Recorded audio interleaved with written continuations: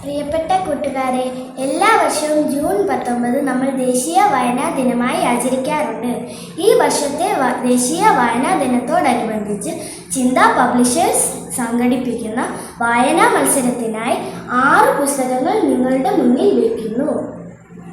അതിൽ ആദ്യത്തെ പുസ്തകത്തിൻ്റെ പേരാണ് സാർ ഐസക് ന്യൂട്ടൻ വളർത്തിയ കുട്ടിയുടെ കഥ. വളരെ രസികനായ ഒരു കുട്ടി വളർന്നു വലിയ ഒരാളാകുന്ന കഥയാണിത്. ഉണ്ണി അമ്മയമ്പലമാണ് ഇതെഴുതിയത്. രണ്ടാമത്തെ പുസ്തകത്തിൻ്റെ പേരാണ് മനുഷ്യൻ്റെ ബഹിരാകാശ യാത്രയും ബഹിരാകാശത്തിലെ വാസഗൃഹങ്ങളും. ഈ നിൽക്കുന്നയാളെ നമുക്ക് എല്ലാവർക്കും അറിയില്ലേ? സുനിത വില്യംസ് അല്ലേ? അടുത്ത പുസ്തകത്തിൻ്റെ പേരാണ് കാലത്തിൻ്റെ കഥ, കാലവും കലണ്ടറും മനുഷ്യനും. സമയത്തിൻ്റെ അളവും മനുഷ്യൻ്റെ സംസ്കാരവും തമ്മിലുള്ള ബന്ധവും വളരെ രസകരമായി പ്രതിപാദിക്കുന്ന ഒരു പുസ്തകമാണിത്. അടുത്ത പുസ്തകത്തിൻ്റെ പേരാണ് എൻ്റെ നാടുകടത്തൽ.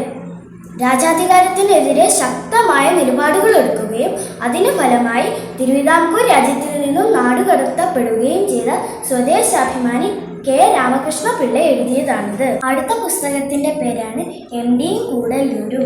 എം ഡിയും കൂടല്ലൂരും തമ്മിലുള്ള ബന്ധം എം ഡിയുടെ ഏത് പുസ്തകം എടുത്തു നോക്കിയാലും നമുക്ക് കാണാൻ കഴിയും. അടുത്ത പുസ്തകത്തിൻ്റെ പേരാണ് സ്പീഡ് റീഡിംഗ്. അർത്ഥം ചോരാതെ എങ്ങനെ സ്പീഡിൽ വായിക്കാം എന്ന് പറഞ്ഞു തരുന്ന ഒരു പുസ്തകമാണിത്. ഞാനീ പറഞ്ഞ 6 പുസ്തകങ്ങളും നന്നായി വായിച്ചൊരു കുറിപ്പ് എഴുതൂ. അധികം ദീർഘിപ്പിക്കാതെ 6-7 പേജുകളിലായി നിങ്ങൾ മനസ്സിലാക്കിയ കാര്യം എഴുതൂ. വായന നമ്മളെ മുന്നോട്ട് നയിക്കുന്നു.